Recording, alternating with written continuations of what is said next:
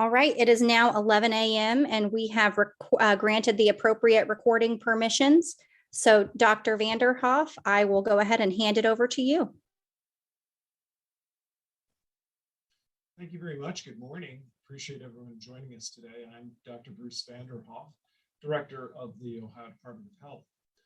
Last week, Governor DeWine addressed the dire situation our hospitals are currently facing, a situation which since then has only escalated.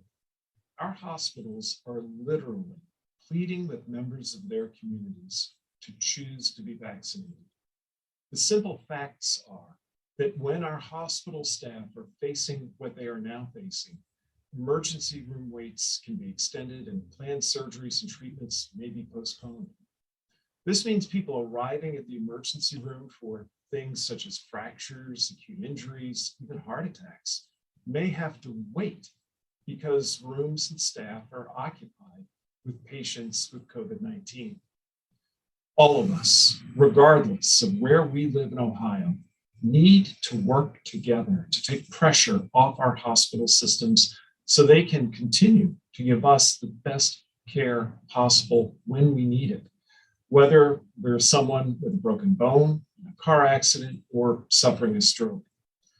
However, when people flood emergency rooms looking for COVID-19 tests or are severely ill with COVID-19, it makes it difficult for everyone to get quick access to the life-saving care they need. Yesterday, we reported an all-time high of COVID-19 cases, with 12,502 cases seen within the previous 24 hours. That same day, there were close to 4,797 people fighting COVID-19 in our hospitals, more than 1,200 of them in the ICU, and almost 800 on ventilators.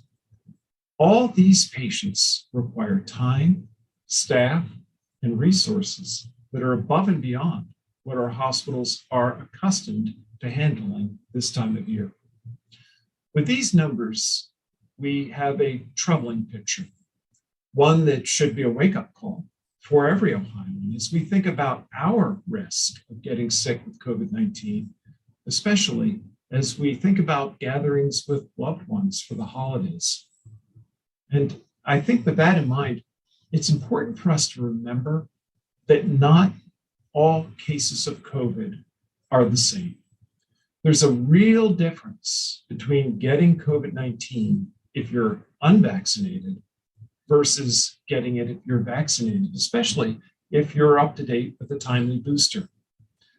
While there is a chance, particularly with the Omicron variant, for a fully vaccinated Ohioan to get COVID-19, the good news is that when you're vaccinated, you can feel confident this holiday season that because you're vaccinated, your risk of developing severe disease, especially the kind that lands you in an ICU, is very low. The same is not true for the unvaccinated, remembering that it's the unvaccinated who are filling our hospital beds. The fact is that if you're vaccinated and contract COVID-19, you'll probably have milder symptoms, if you have any, symptoms that are more like a cold or symptoms for sure that are very unlikely to place you in a hospital. However, if you're unvaccinated, you're not only at greater risk for getting COVID-19, you're much more likely to develop a severe case of COVID-19, one that leads to hospitalization or death. Sadly, yesterday alone, there were 584 new hospitalizations reported among COVID-19 patients. Now, we should all be very concerned by the tidal wave of COVID-19 hospitalizations, which, again, are driven largely by unvaccinated Ohioans. The Delta and the Omicron variants are both highly contagious and spread easily when we cough, sneeze, or even talk. And when you aren't vaccinated, you're at particularly high risk for being infected with the virus. And whether you end up in the hospital or worse, really is a roll of the dice. COVID-19 is relentlessly seeking out those who are not well protected. And choosing not to be vaccinated is simply a gamble with your health. Are you willing to take that risk or be the reason why a loved one takes that risk? Please get vaccinated. If it's time, get your booster and use preventative measures to protect yourself and others. The reason our hospitals are pleading with Ohioans to get vaccinated is because their firsthand experience tells them that the vast majority of COVID hospitalizations are, in fact, being driven by the unvaccinated. And hence, those hospitalizations are preventable by vaccination. Our hospitals need our help now. Now, while vaccination is crucial, it won't relieve the pressure immediately because full immunity takes a little time to develop. That's why Governor DeWine has taken decisive action now with a two-pronged strategy to help alleviate the pressure on our hospitals. First, the Ohio National Guard is in the process of deploying more than 1,000 Guard members in our hospitals with particular focus on our very hard-hit northern counties. We anticipate that nearly all 150 clinical staff and an additional 600 non-clinical staff will be deployed by the end of the week.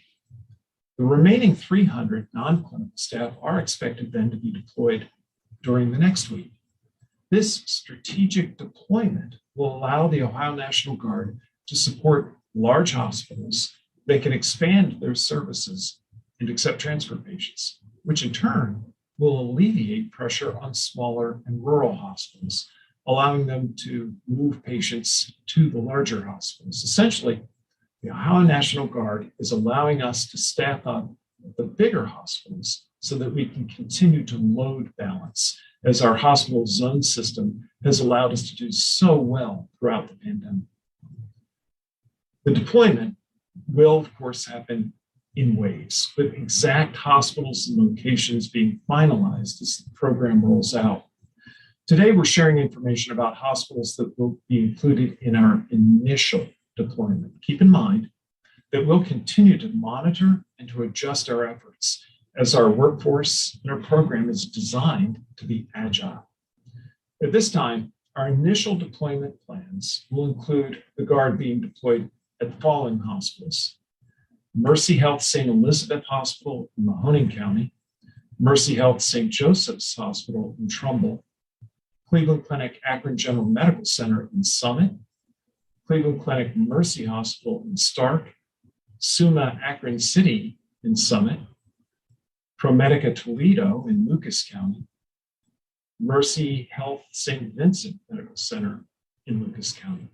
Now, more hospitals are being actively evaluated and will likely be added as the needs dictate. The second prong is finalizing supplemental support with ProLink, a staffing company that will bring out-of-state medical support into Ohio. Now, much like the strategy with the Ohio National Guard, bringing in additional staff will open up beds and enable larger hospitals to accept more transfers. The Ohio National Guard deployment must be very thoughtful and strategic, and as such, we've started that deployment in the area of highest need, which is the northern portions of our state. For example, the Guard is already helping out at Summa Health, who requested support in their emergency room. The Cleveland area hospitals told us their emergency rooms were being inundated with people trying to get COVID tests. At their recommendation, we collaborated to open a testing site. Now, thanks to our rapid deployment of the National Guard, we were able to very quickly activate a testing clinic. And demand there has been very, very high, with more than 1,000 tests administered yesterday, just as the site was launching. Of course, one day, a brand new site, we faced limits regarding what we could do. Rest assured, we're working, and we'll work every day to increase the capacity at that testing site. Now, it's important to remind everyone that there are many other testing opportunities available statewide, including at local retail pharmacies, some medical offices, community health centers, or at urgent care centers. Rapid testing kits are available for purchase at many groceries and pharmacies, and they're available for free at many local health departments and public libraries. Ohio was the first in the country to really use at-home test kits to make testing widely accessible, and the first to do it in libraries. Since January, ODH has distributed more than 5 million testing kits, with 1.2 million of those being distributed in December alone, all in an effort to make tests more available as we head into this holiday season. So before you gather this holiday season, or if you're experiencing symptoms of COVID, know that you have a range of options to get tested. And if you're visiting a library to pick up a test, please remember that these are people who have gone above and beyond to provide a service to their communities, distributing millions of tests statewide. So please be kind. Say thank you and know that out of concern for their communities, they volunteered to distribute these tests to help keep all of us safer. Now, joining me today is Major General Harris, Adjutant General of our Ohio National Guard. General Harris, our Ohio National Guard members, like any new member of a medical team, can't just show up and jump right into a hospital or a testing site to go to work. What happens now during pre-deployment and training? What are they doing now to prepare for their mission? And I believe we have some video to share while you explain that process. Yes, well, thank you, Dr. Vanderhoff. And by the way, thank you for the tremendous public service that you provide and continue to provide for the state of Ohio. You're right. As we transition these individuals from citizens to soldiers, citizens to airmen, there are a myriad of things that are required in order to make that transition. We process them with the intent that they're going to be on duty for an extended period of time. We're not sure what that is yet. We'll base that on our response to the disease, and quite frankly, track the disease across the state and the demand signal for our forces in the various hospitals. But we have to first, we verify some of the most basic information, like their emergency contact information and the things that you would expect us to do, but also because the work that they'll do in hospitals requires additional screening, so to speak. We want to make sure, for example, that their CPR certification is up to date. We want to make sure that they're properly HIPAA trained so that we don't compromise patient information. So we've put together, in coordination with your team, a list of those training requirements, in addition to those military things that we do to ensure that their pay is proper, that they're properly administered, and that they're properly equipped for the mission, proper uniforms if scrubs are required. So some of it's mission-based, based on the hospitals they'll work in and which partners we're working with. And some of it's simply based on the basic requirements for working in hospitals. Well, thank you, General. I'm sure a lot of people wonder a little bit about Guard members. Who are they in terms of their background, and what are the kinds of jobs that they'll be doing in healthcare to help with this response? Well, we have two categories of people that we've brought on for this response. That the first category are those medical professionals, those clinicians, so to speak, that'll be doing bedside care. Most of their military skills will transition into the skills that they're using in the hospitals. For example, nurses, our EMTs, and the work that they'll be doing in some of the emergency departments. Those military skills transfer directly over, and we'll be keeping them in a medical capacity. I will tell you that we have to be very careful with those individuals because we don't want to degrade the work that's already being done in the hospitals by mobilizing nurses and doctors and other medical professionals and take them away from their civilian jobs to bring them onto duty and put them in another hospital. So we're being very cautious about that. The other category of people that we're bringing on are what we call the non-clinical folks, and they're the ones who will cover a variety of tasks inside the hospital facilities. It might be something as simple as helping clean surfaces, to transporting food, helping transport patients, anything we can do to take the load off the clinical staff so the clinical staff can focus on patient care and primarily that strain on patient care that's been created by the load of COVID patients that they have in the hospitals. Testing is another thing. We will, as you mentioned, we've established a testing station in Cleveland, and we anticipate more of those sampling testing missions in order to take the load off those folks who are showing up at ERs and other places in the hospital to get that testing done. So what they're doing in the hospital will probably, those non-clinical folks, not translate very well to what they do in the military, but they're tasks that can be trained very easily.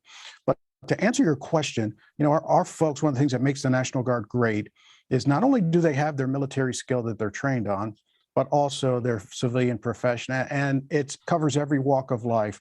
We're a microcosm of Ohio, so a person may be a jet engine mechanic in the National Guard, and they could very well be an accountant in their civilian profession. One of my favorite examples is Steve Markovich, who he's retired now, but he's an F-16 pilot in the National Guard, and he was the CEO of a hospital in his civilian job. So that vast array, basically the dual mission of the National Guard, that double capability of our folks, not only their military skills, but their civilian skills that they bring to the National Guard really increases our flexibility and our agility. And I want to add, Doctor, that's something that's very important to us. We're building agility into this mission set. So we're putting the right command and control headquarters into place so that as the disease shifts around the state, as we may see surges or hotspots in various parts of the state, we'll be able to very easily, very quickly shift our resources in response to that. So again, the skills that our National Guard personnel bring, both their military skills and their civilian skills,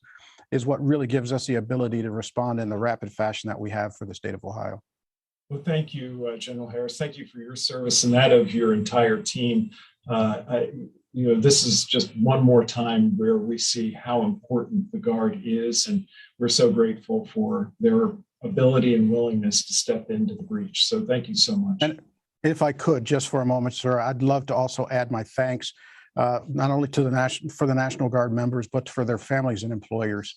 Our folks who reported to duty on Monday, that is not what they were anticipating doing on that Monday morning, and certainly not what their families, employers thought they would be doing over this holiday season. So I'd be remiss if I didn't express this model, this way the National Guard responds would be impossible without the support of the families and the employers that mean so much to us. So thanks to all of you. Yes, very well said. Thank you. And, a profound thanks to the families and employers. Absolutely. Next, I'm joined by Dr. David Custodio, president of the Summa Health System, Akron and St. Thomas Hospitals. Dr. Custodio, you're experiencing a really profound number of COVID-19 hospitalizations in your area. Can you tell us what it's been like in the hospital and what the impact has been of this on non-COVID patients who are seeking care? Doctor, you're on mute. It wouldn't be a Zoom meeting without a challenge on the mute button. So we've got that out of the way. Thank you. So first and foremost, I want to say thank you for the opportunity to join today to talk about what's occurring here. Thank you, Major General Harris, for your work and assistance. We are very much hit here in the Akron region. To date, we've treated over 10,500 patients for COVID in emergency department and inpatient settings. And as I just looked, we have 190 patients currently in our facility. That means 1 out of every 3 beds of our capacity is occupied by COVID patients. 52 of those patients are in the ICU. The other 140 or so are remaining in the hospital on the med surge beds. What we see is over 90% or about 90% of the patients that are admitted to the hospital are unvaccinated. And what we're seeing in the ICU, less than 2% of those patients in the ICU are vaccinated, meaning not only are we keeping the vaccinated folks out of the hospital, we're keeping them out of the more critical areas of the hospital. And the impact that we're seeing is not just with the COVID patients, right? Those beds are being occupied, and as a result, we have backups in the emergency department. So folks, whether they're arriving for emergency care for COVID or other emergency care, as you alluded to, for fractures and the like, they are profoundly impacted. We have over 30 patients boarded in our emergency department, waiting hours and sometimes days to get a bed upstairs, which impacts the ability of our emergency departments to care for those patients that are coming on. That means not only the COVID patients, but our EMS personnel who are arriving are experiencing prolonged waits, and that has a significant impact. Not only are the patients in our emergency departments and hospitals being affected, patients in the outpatient setting, because of the need for capacity, we have postponed any procedures that aren't emergent or urgent that require an inpatient bed. So folks who have been waiting for new hips or cardiac procedures are no longer able to do that. They've been postponed multiple times throughout this pandemic, and we're looking into next year before we'll be able to do that. Thank you for that, Dr. Custodio. We mentioned that the Ohio National Guard has been deployed to your Akron campus to help in the emergency department. Can you share with us a little bit about that support and how it's helping? Yes. First, again, thank you very much for the added support. Our emergency departments have been overwhelmed in providing not only care for the emergency patients, but also those admitted patients. We received 8 new team members on a Monday morning and onboarded them very quickly. They are EMTs and have stepped up to the plate. Our emergency department director is thrilled. These folks are eager, ready, willing, and very much capable to step into the care. They have decided to split shifts, allowing us to have double coverage at our peak hours in the emergency department.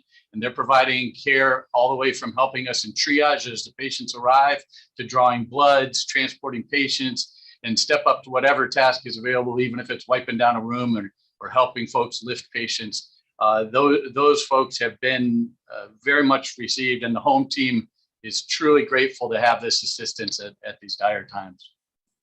Dr. Custodio, you repeated the observation that these COVID hospitalizations really are substantially being driven by the unvaccinated.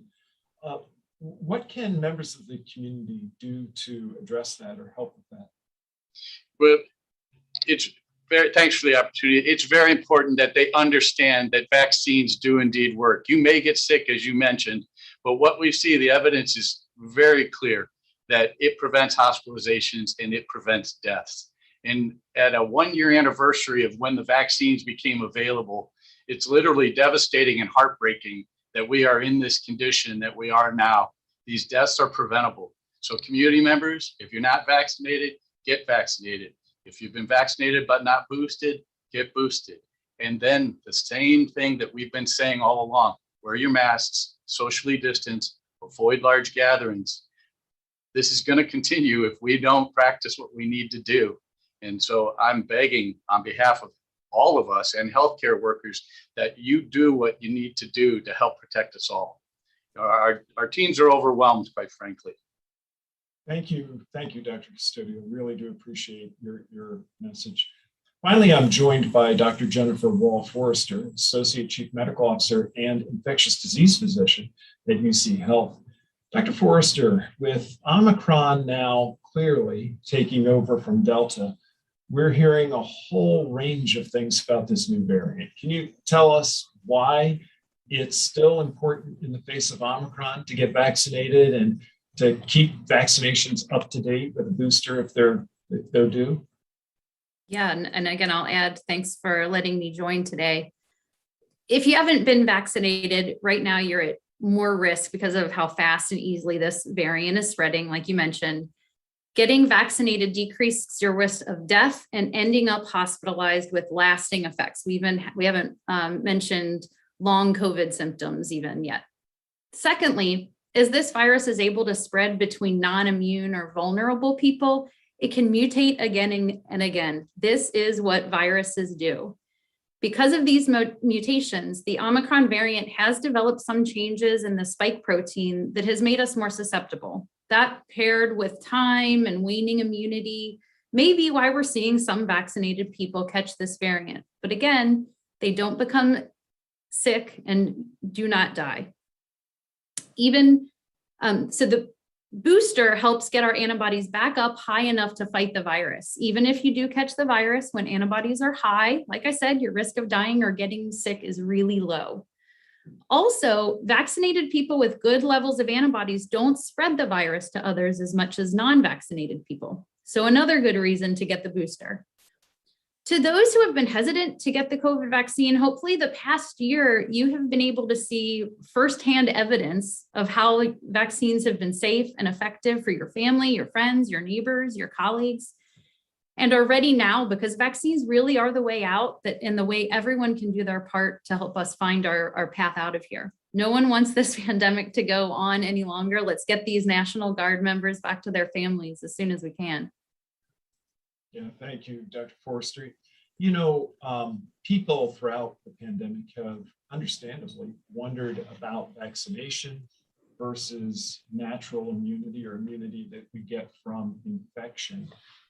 And we're now looking at yet another variant. And the question is arising frequently that I'm fielding about, hey, with Omicron now on the scene, how does the immunity that we gain from vaccines, particularly boosters, compare with natural immunity in terms of protecting us from the new Omicron variant? Right. So, and this is a tricky question that, again, we are learning more and more about all the time. But it certainly depends on when someone was initially infected with COVID, and obviously then which variant they had, and to figure out how well they're protected now. As we've seen with vaccinated individuals, it also depends on when they got their original dose series. What studies have shown regardless, though, actually within the United States and in other countries, is that those who have already had COVID are even much more protected once they are vaccinated. It's so much higher at that point. Again, this is why the vaccines and boosters are needed now when this variant is being transmitted quickly, unfortunately, efficiently, from person to person. So whether you've had COVID before or are lucky enough to this point to have avoided it, it's a great time to get boosted, especially as we're moving into decreasing some of our ability to do those other protections that we've done over time. We have learned that ventilation and being outside can decrease transmission. And again, in most of Ohio, it's chilly, and most of our activities are going to be indoors. So again, we're kind of decreasing that ability or one of those layers of protection. And so if we can all add on the protection of vaccination, that can again help us all get through this together. Yes, thank you so much, Dr. Forster. Well, we continue to be, as we've all shared with you, in a very serious situation. However, we all have access to a powerful tool that can strengthen our protection against severe COVID-19. And that protection is the vaccines. And that protection is strong even in the face of the Omicron variant. If you haven't yet chosen to be vaccinated, please get the facts about the vaccine. When you choose vaccination, you are protecting yourself in a powerful way from the risk of severe disease, especially hospitalization and death. And you are helping your community, you're helping your family, you're helping the people you care about. If you're eligible for a booster, there is simply no time like the present to get your booster. If you haven't yet been vaccinated, there's no time like the present to get vaccinated. It will help your body fight COVID-19, particularly the new Omicron variant. This season, please think about the steps you can take to prevent COVID-19, especially before you gather with people you care about. Vaccination, testing, staying home if you're sick, masking, proper ventilation, regular hand washing, all of these are the tools that can help prevent the spread of not only COVID-19, but the flu and other respiratory viruses this holiday season. Finally, if you have symptoms of COVID, including cold-like symptoms, or you test positive, it's important to isolate yourself from other people to prevent further spread in the community. Remember, even if you have an asymptomatic or mild case and go out into the community or attend gatherings, you could be responsible for further spread of the virus. even if you get a mild case, you could pass the virus along to someone else, someone who might end up with a much more severe illness. And you have to think about what the impact is to your health as well as their health. So if you aren't feeling well this holiday, please ask yourself, is it really worth going to the event? Is it really worth going out? Thank you to my guests. And now I think we can take questions, Alicia. Thank you, Dr. Vanderhoff. Our first question today is from Allison Walker with WKEF. Hello, everyone. Thanks so much for taking the time today. My question is for Dr. Vanderhoff. We all know that Senate Bill 22 is in effect, but do you foresee implementing any mandates or restrictions if new cases continue to break records in the coming weeks? Well, I think we're at a place in this pandemic where we've had a remarkable response from so many Ohioans. Yet, if you look at the vaccination rates in our state, we're now at close to 70% of our population has begun or completed their vaccine primary series. That's really remarkable progress. In fact, as I look back over the last 2 months, throughout November and December, we've been averaging per week 60,000 or more people showing up to start their vaccine series. That's very encouraging. There simply is a place in any pandemic and facing any kind of community threat where it really falls to us as members of the community to make the smart and right decisions, to take the common sense steps we need to take to keep ourselves and each other safe. And I think we're going to continue to remind the community of that and encourage those steps because we're all in this together. And as we're all in this together, I don't want us to lose sight of the fact that people are stepping up. People are doing the right things. And we want to encourage them to continue to do so. Thank you, Dr. Vanderhoff. Our next question is from Josh Rutenberg with Spectrum News.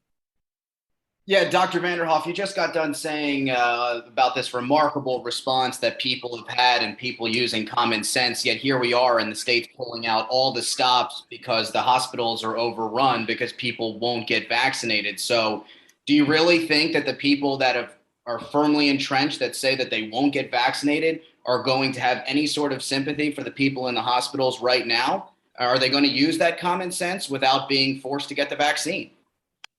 That's a great question. And I would say that I sure hope they will. And I have reason to be hopeful. As I look at the vaccination rates here in Ohio, and I compare to where we've been through November and December, and I look at that in comparison even to October or September, it's clear that there has been a very significant uptick in the response. People are hearing the message. People are getting the message and taking action. When we look at most vaccine programs and we look at the place we are in now in terms of the number of people showing up, again, it's really rather remarkable progress.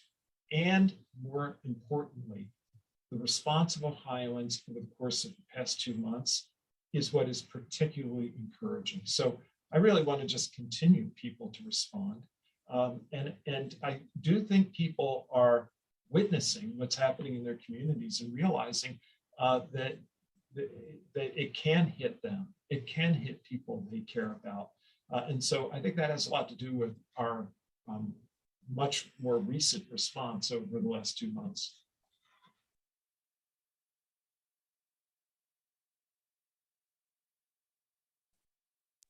Thank you, Dr. Vanderhoff. Our next question is from Andrew Welsh Huggins with the Associated Press. Hi there, and thanks for doing this. My question is for Dr. Custodio and Dr. Forrester. As the hospitals are filling up with unvaccinated COVID patients, we're hearing anecdotal reports of some family members of these patients demanding unproven treatments like ivermectin, calling the COVID diagnosis into question, and generally harassing already overworked staff. So my question is, what can you tell us about such incidents at your hospitals, and what are you able to do about them? So thank you for asking that. Workplace violence in the hospitals has always been a challenge. And during these times of high stress, where loved ones are in the hospital, we're seeing more and more frustration with this. And yes, on a regular basis, some family members, not all, but some in those highly charged situations, do not treat our employees with the kindness that we would expect as we're working to save their lives. So we have in place a no tolerance for that sort of behavior, and we have opportunities to address that behavior with both our protective services, but with our staff in and of itself. It's an unfortunate consequence, but it is occurring, and we as scientists and providers cannot administer treatments that aren't indicated and that can in fact do harm. So we'll continue to provide the care. Healthcare workers by nature are some of the most compassionate and caring people you will ever meet, and we'll continue to do that way, even if we're not treated that way in kind. Yeah, I second what Dr. Custodio mentioned. Also, we've experienced some of this ourselves, and one of our coming out of that, we've really tried to support our frontline staff with executive support, but even support for the family as well. Clearly, they're going through a hard time, like you mentioned, and if we can get them with the best information from experts in whatever field, whether it be pharmacy or chaplain care or infectious disease, knowledge. We have a committee to kind of put together that to, again, help support the family and help support the frontline staff. Thank you, Dr. Forrester. Our next question is from Laura Hancock with the Plain Dealer and Cleveland.com. Hello, with the Cleveland drive-through testing site, can you guys describe the changes, if any, were made to ensure that more people could get through today? You said 1,000 PCR tests were administered. Do you anticipate more? Yesterday, they had to, because of traffic impediments, they had to stop taking new people at noon. So I was just wondering how today you've addressed that, and if you're still considering opening up another off-site site. Well, thanks for that question. So the response at that site clearly demonstrated the hunger, the demand for these tests. And, we're actually very pleased that on the very first day of a brand new offsite testing facility, we were able to provide testing for over 1,000 people. But what we are doing each day is looking at what we're learning on the ground, and then having a team that meets and reviews and identifies any opportunity that we have to expand that capability, including what opportunities do we have to expand the people that we have working there. So we'll continue to look at those opportunities on a day-to-day basis. There obviously is some limit to what any given site is going to be able to do, or how many members of the Guard and other human resources from local health departments and health systems we can deploy there, because we also have to be focused on the hospitals and the support that we're providing there. And we don't want to compromise that part of the mission. General Harris, other perspectives or ideas that I might not have hit on? No, Doctor, I think you said it very well. At some point we'll have to consider other locations to relieve some of that stress. I think there are certainly physical limitations to the number of vehicles that we can push through there in any given hour. We will augment that staff with additional Guard members, and some of this will depend on our mission partners too. This is a site that we're there to support the Cleveland Clinic and university hospitals and other clients. So this will be a collaborative approach to determine. Certainly won't be the National Guard that determines if we open another site. That'll be up to our mission partners, but we're committed to putting the resources there. But again, there will be physical limitations to just how many vehicles you can run through that site. within an 8 to 12 hour period. So that analysis is being done now. I can tell you the teams met yesterday. They were on a call again as early as 6:30 this morning, sorting this out. But we're committed to optimizing the number of cars and Clevelanders that we can push through that site. I'm not sure what that number is yet. Thank you, General Harris. Our next question is from Caroline Sweeney with WEWS. Good morning, everyone. Dr. Vanderhoff, when you saw the all-time high numbers come in yesterday, what are your thoughts looking forward for trends in these numbers now that we do have these large offsite testing opportunities for people in the Cleveland area? And then Dr. Forrester and Dr. Custodio, when your staff members see these record high numbers, what kind of impact do they have on them with these frontline workers seeing these trends day to day?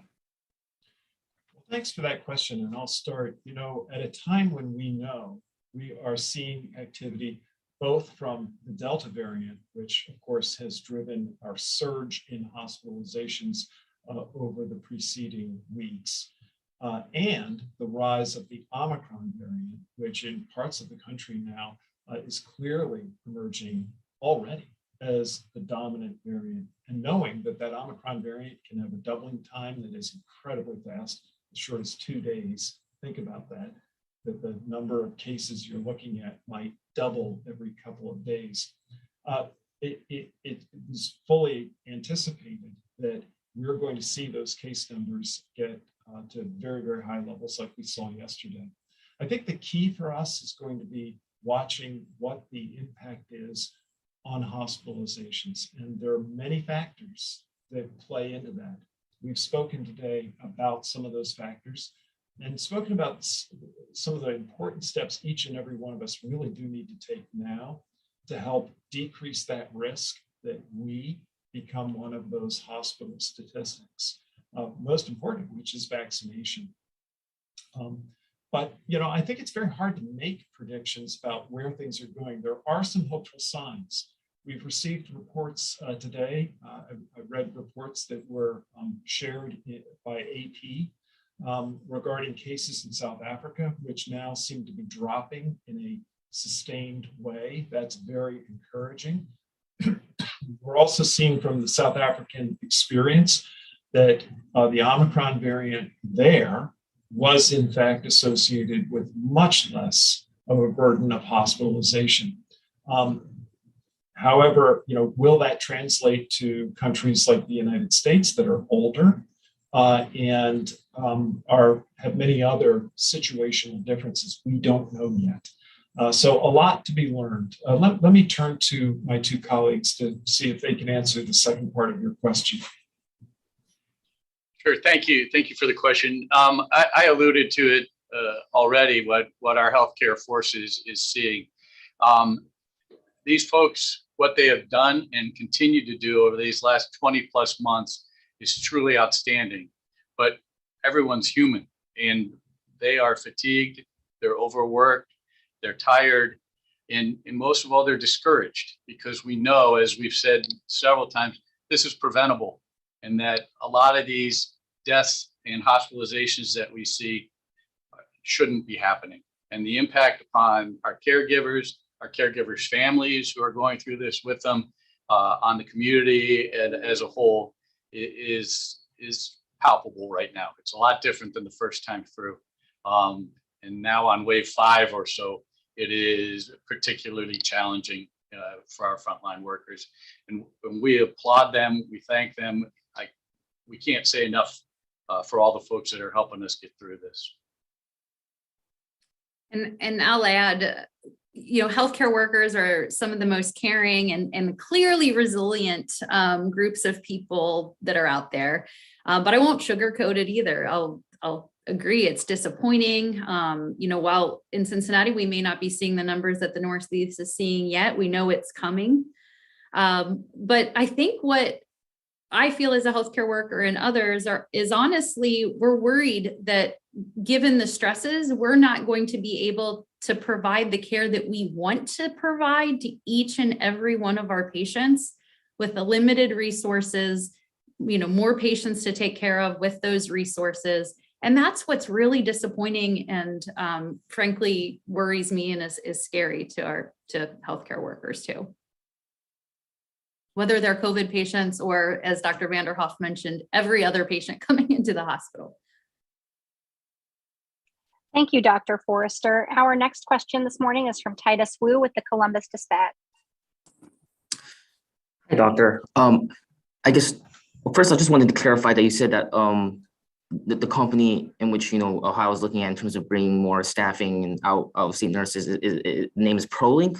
And then also just wanted to follow up on that, just asking kind of so far what the status of discussions are with ProLink, if that's the company's name, and maybe if you guys have better estimates of how many more out-of-state nurses are coming in. Well, yeah, thank you. Yes, the name of the company is ProLink.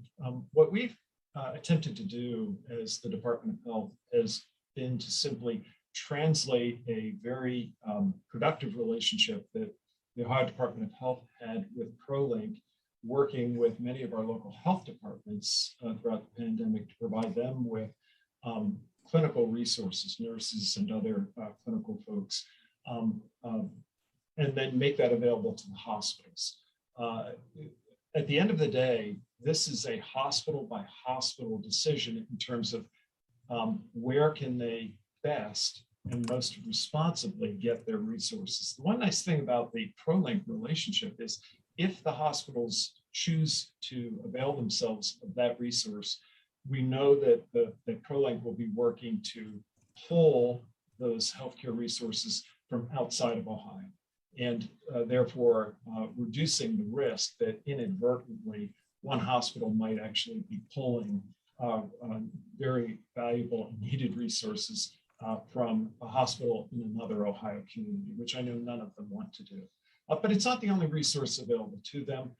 There in many circumstances will be staffing relationships that they have with companies already and that they may be able to pull from. So this was part of our effort to add to their options and support even further their ability at this very challenging time, including the holidays, which are a staffing challenge any year for hospitals.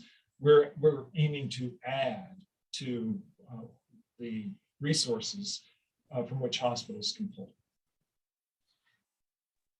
Thank you, Dr. Vanderhoff. Our next question is from Tom Bosco with WSYX and WTTE. Hi, Dr. Vanderhoff. Can you talk about schools? We saw one school in Central Ohio just sent out a tweet yesterday saying that in January they're planning to do away with their mask mandate. We've seen the governor ask schools to either resume or continue masking. What's your forecast for schools, especially after people gather for the holidays? Do you anticipate that parents should be preparing for online and at-home learning again sometime in the first quarter? Well, thanks for that question, Tom. It's very, very clear from our experience and the research that keeping kids in school is something that needs to be a priority for all of us. And the governor has been very, very clear, and we've been very clear about our efforts to assure that kids can learn in person. And there are great tools available to do that. We have shown over and over again that the risk of transmission of COVID in our schools can be incredibly low, even in the face of widely circulating virus, if they take simple precautionary measures. And the foundation of those simple precautionary measures, of course, is getting vaccinated when someone is eligible to do so. And now, thankfully, most of our school students are in fact eligible for vaccination. And then right behind it is the safety and protection that we've demonstrated from masking and maintaining within reason social distancing and other good practices like hand washing. So I'm confident we have the tools to keep our kids in school with in-person learning if we avail ourselves of them. Frankly, if we reach a point where there is so much burden of illness in our communities that it prevents schools from being able to effectively keep our students in in-person learning. That's a shame because we have the necessary tools to prevent that. Thank you, Dr. Vanderhoff. Our next question is from Dan DeRose with WOIO. Good afternoon, doctors. Thanks for taking the time. Dr. Vanderhoff and Dr. Custodio being here in Northeast Ohio.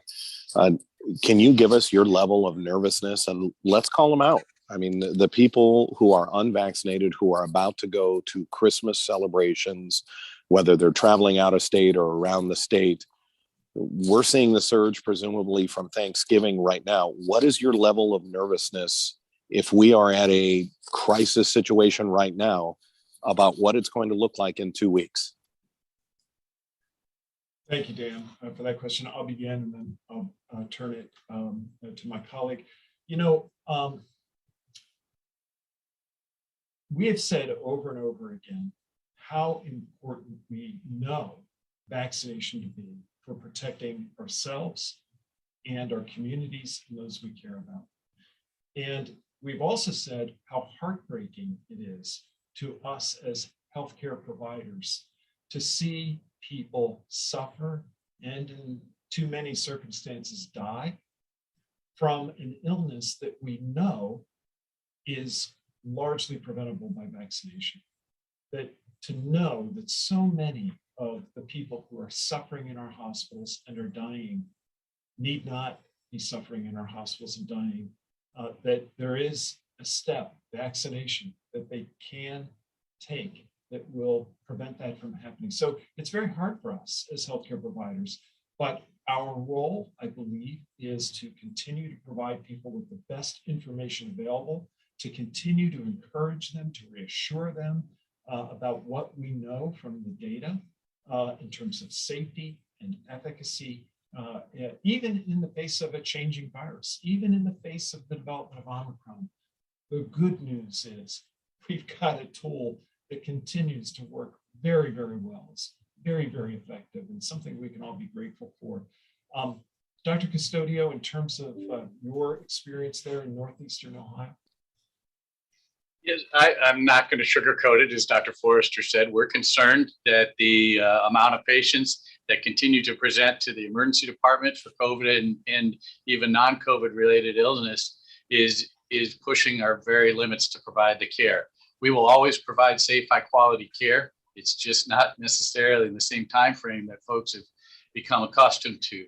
So, you know, I am nervous that we'll see this with schools taking mask mandates down, with unvaccinated folks traveling and getting exposed, that we will see the trailing effects of the holiday. But regardless of what comes, as we've said multiple times, our healthcare teams are resilient, and we've been here for the last 22 plus months, and we'll continue to be here to provide that care. But we will also strongly encourage everyone to do all that they can to prevent this from getting worse. Thank you, Dr. Custodio. Our next question is from Brian Duggar with WTOL. Hi, Dr. Vanderhoff, and also Dr. Custodio. You know, looking at the state dashboard, you can see the last couple of days, the Cleveland area, Akron area, they've had a huge jump in hospitalizations. Obviously, there's a Omicron outbreak in those areas. Is there any evidence that those hospitalizations are being caused by the Omicron variant? And if so, are those symptoms presenting any differently than Delta as far as severity? Yeah, thanks for that question. You know, in real time, no one on the planet is able to provide genomic sequencing of a given patient's variant in terms of as causation. But here's what we do know. We do know from surveillance that the cases of Omicron are very rapidly on the rise, especially in northern Ohio. And there is no question that in the days and weeks to come, we'll reach a point where Omicron is now the new dominant variant. That's happened everywhere else that Omicron has gone. what I think we can look towards in terms of firm scientific information is what has happened in other places.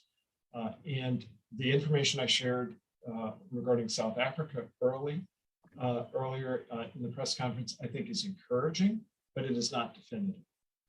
What we do know is what has been happening during the last 2 months, driven by the Delta variant.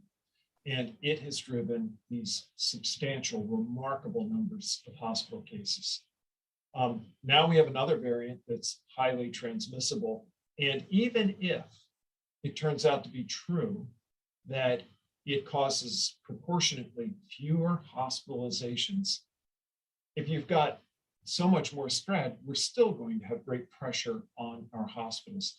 So it all circles back to the messages that we've been repeating and repeating, not only during this press conference, but in messages for the last period of months. We have to collectively take the steps that are needed to stop this, and it begins with vaccination. Dr. Custodio, what would you add? Dr. Vanderhoff, I think you answered the question appropriately. We can't speak to what it will do, but I am concerned that just with the transmissibility and the sheer numbers that we're going to see, even if fewer are hospitalized, if the denominator is larger, we'll still have some concern.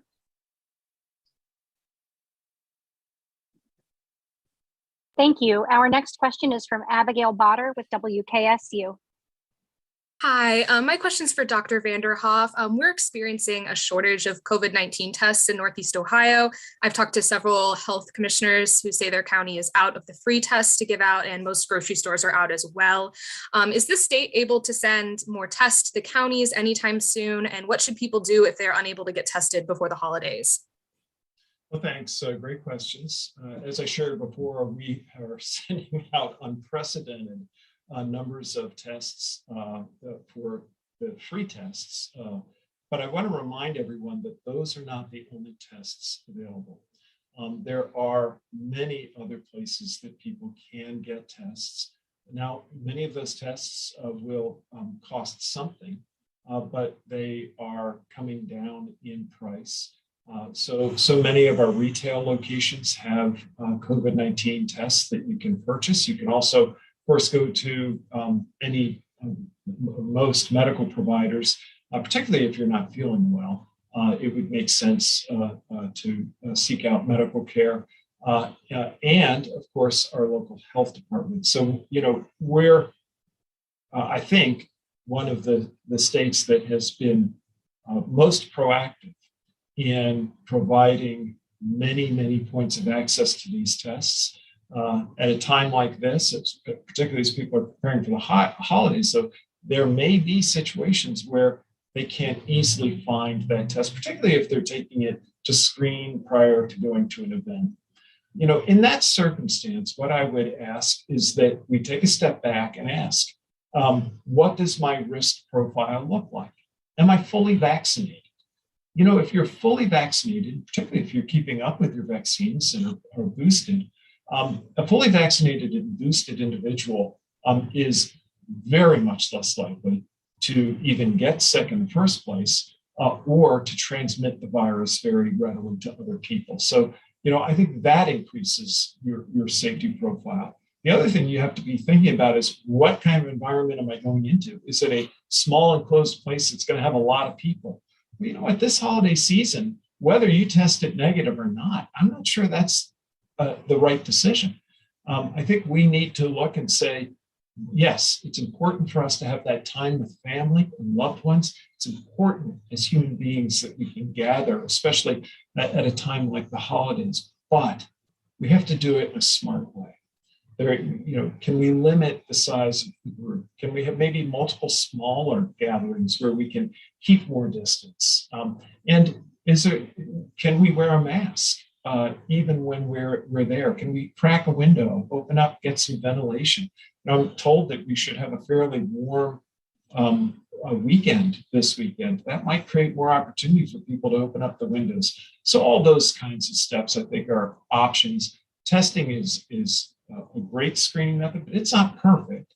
And I don't think we should rely on a negative test to give us that clean bill to allow us to engage with abandon in our holiday parties. I've got two docs who work this day in and day out. Dr. Forrester, you're an infectious disease specialist. Maybe you could start. Yeah, I completely agree with the masking, opening windows. The report today said Cincinnati's going to have 67-degree weather on Christmas, so maybe that is a great chance to open windows. And again, smaller and who you're going to be with. Again, if you can feel confident that those people are up to date on their vaccinations, is another way to protect yourself. I will reiterate that not all of the tests are created equal, and agree that while it's a piece of information that you can have and use in your risk assessment, they are not 100% perfect for sure.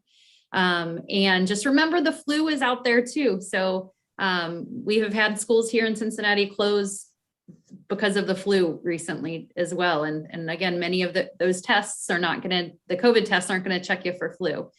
So just keep in mind, but what does protect you is masking, the distancing, the washing your hands, and all the same things that we've already said.